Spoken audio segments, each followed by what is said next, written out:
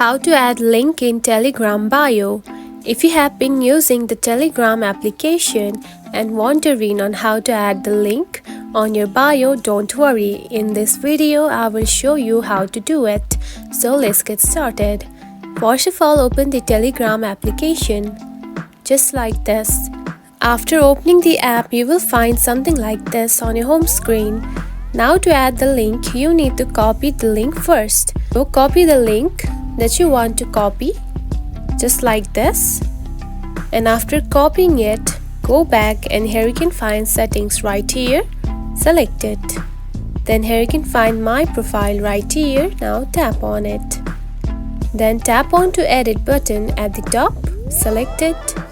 And here you can find bio right here. Now select it and keep on tapping on it just like this and tap on to paste. Just like this. Now you can see the link has been pasted. Now tap on to done right here at the top. Tap on it. And now you can see the link has been added.